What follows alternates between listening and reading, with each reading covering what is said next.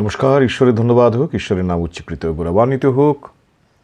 আমি আপনাদের সেবক, ঈশ্বরের দাস, রেভারেন্ড পার্থ চ্যাটার্জি আবার একবার ঈশ্বরের পবিত্র মধুর বাক্য, জীবনদায়ী বাক্য আপনাদের সকলের জন্য নিয়ে এসেছি। আমরা রাতের আকাশে যদি চোখ তুলে তাকাই, তাহলে আকাশের কালো অন্ধকার আকাশের প্রেক্ষাপটে অসংখ্য ছোট ছোট তারা ছাড়া আর কোন জিনিসটা সবচেয়ে প্রমিনেন্টলি সবার আগে আমাদের চোখে পড়ে বলুন তো? হ্যাঁ, অবশ্যই আপনি সবাই যে উপগ্রহটার উপর আমাদের চোখ পড়ে সেটা হলো আমাদের চাঁদ বা আমাদের মন। এবং যুগ পর্যায়ে যুগ যুগ ধরে পৃথিবীর থেকে মানুষ যখনই ওপর দিকে চোখ তুলে রাতের অন্ধকারে তাকিয়েছে, তখন এই মুন বা এই চাঁদ অতি প্রমিনেন্টলিভাবে তাদের চোখে পড়েছে। এবং যুগ যুগ ধরে এই চাঁদ অন্ধকারে আলো দিয়ে আসছে। আমরা আমাদের গোটা জীবনে ছোটোবেলা থেকে আরম্ভ করে এই ম্যাচিওর এজ অবধি না জানি কতবার ওই চাঁদের দিকে তাকিয়ে দেখেছি। ছোটোবেলায় হয়তো আমাদের শেখানো হয়েছে যে ওটি চাঁদ মামা, আয় আয় চাঁদ মামা টি দিয়ে যা। কিন্তু কোনোদিন কি ভেবেছি যে আমাদের বিশ্বাসী জীবনের সঙ্গে ওই চাঁদের একটা খুব সুন্দর সিমিলারিটি আছে?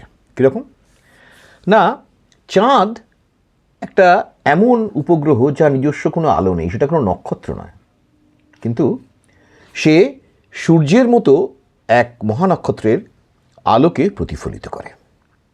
তেমনি বিশ্বাসের জীবনে আমাদের কোনো জ্যোতি, কোনো দীপ্তি নেই, কিন্তু আমরা ঈশ্বরের দীপ্তিকে, খ্রিস্টের দীপ্তিকে আমরা প্রতিফলিত করি। তাই চাঁদও প্রতিফলিত করে সূর্যের দীপ্তিকে, আর আমাদের জীবন সূর্য, আমাদের ধর্ম সূর্য ঈশ্বর প্রভু যীশু খ্রিস্ট, তার দীপ্তিকে আমরা রিফ্লেক্ট করি বা প্রতিফলিত করি। আমরা যদি মথি 5 অধ্যায় তার 14 থেকে 16 পদে যদি আমরা দেখি, তো দেখব যে এ কথা লেখা আছে, তোমরা জগতের দীপ্তি, পর্বতের উপরে স্থিত নগর গুপ্ত থাকিতে পারে না, আর লোকে প্রদীপ জ্বালিয়া কাঠার নিচে রাখে না, কিন্তু দীপাধারের ওপরেই রাখে, তাহাতে তাহা গৃহস্থিত সকল লোককে আলো দেয়। তদ্রূপ তোমাদের দীপ্তি মনুষ্যদের সাক্ষাতে উজ্জ্বল হোক, যেন তাহারা তোমাদের সৎক্রিয়া দেখিয়া তোমাদের স্বর্গস্থ পিতার গৌরব করে। এই দীপ্তি, এই আলো মানুষ কোথায় পাবে? মানুষ এই দীপ্তি বা আলো ঈশ্বরের দীপ্তি বা খ্রিস্টের দীপ্তিকে প্রতিফলন করে। সেখানে চাঁদের সঙ্গে আমাদের সিমিলারিটি। দ্বিতীয় হচ্ছে, দেখবেন যে চাঁদ বিভিন্ন অবস্থার মধ্যে দিয়ে যায়। কখনো সে পূর্ণিমার পূর্ণচন্দ্র, একটা গোল থালার মতো মনে হয়, সোনার একটা থালা জলজল করছে। আবার কখনো সে ক্ষয়প্রাপ্ত হতে হতে হতে হতে সরু এক ফালি কাস্তের মতো অমাবস্যার চাঁদ, যা দেখে মনে হয় যে 90% তার গরিমা সে হারিয়ে ফেলেছে। তেমনি মনুষ্য জীবনে আমাদের বিভিন্ন ফেজের মধ্যে দিয়ে যায়, ভালো মন্দ, উত্থান পতন। কিন্তু চাঁদ যেরকম পূর্ণচন্দ্র হিসেবেও যেরকম গৌরবান্বিত, আবার এক ফালি সরু কাস্তের মতো যখন সে চিকমিক করছে তখনও সে গৌরবান্বিত। তার কোনো এফেক্ট হয় না তার উপরে, সে পূর্ণচন্দ্র না সে অমাবস্যার ক্ষীয়মান চাঁদ। ঠিক তেমনি মনুষ্য জীবনে যারা ঈশ্বরকে বিশ্বাস করে, যারা ঈশ্বরের ওপর নির্ভরশীল হয়ে পথ চলে, সেই বিশ্বাসী জন, তাদের সম্বন্ধে রোমীয় 8 অধ্যায় 37 থেকে 39 পদে কি বলা হয়েছে না, যিনি আমাদেরকে প্রেম করিয়াছেন তাহারই দ্বারা আমরা এই সকল বিষয়ে বিজয়ী অপেক্ষা অধিক বিজয়ী হই।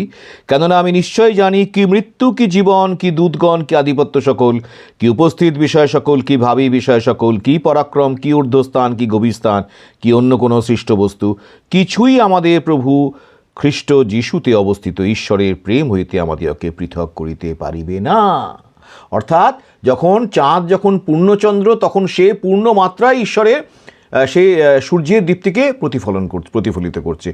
আর আমাদের জীবনে আমরা যখন আধ্যাত্মিকতা চরম চূড়ায়, তখন আমরা পূর্ণ মাত্রায় খ্রিস্টের আলোকে, ঈশ্বরের আলোকে আমরা প্রতিফলন করছি। কিন্তু চাঁদ যখন ক্ষীয়মান হয়ে একটা ছোট্ট কাস্তের মতো হয়ে গেছে, তখনও কিন্তু সে সূর্যের আলোকে তখনও প্রতিফলন করে যাচ্ছে।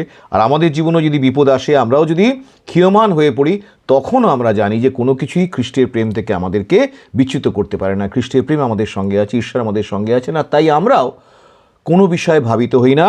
আমরাও গভীর স্থান, খ্রিস্টবস্তু কোনো কিছুতেই খ্রিস্ট যিশু থেকে আমাদের পৃথক করতে পারে না, আমরা তার সঙ্গে যুক্ত থাকি।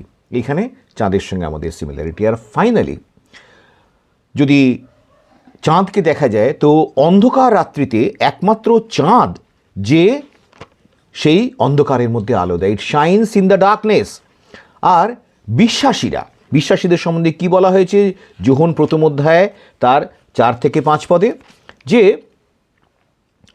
তাহার মধ্যে জীবন ছিল এবং সেই জীবন মনুষ্যগণের জ্যোতি ছিল, আর সেই জ্যোতি অন্ধকারের মধ্যে দীপ্তি দিতেছে। তার জীবন, খ্রিস্টের জীবন, অন্ধকারের মধ্যে জ্যোতি, সেই জ্যোতি প্রতিফলিত হচ্ছে আমার আপনার জীবন থেকে। আর সেই প্রতিফলিত জ্যোতি আমি অন্ধকার জগতের মধ্যে আমি আপনি আমরা ছড়াচ্ছি, সেই জ্যোতি আমরা রিফ্লেক্ট করছি।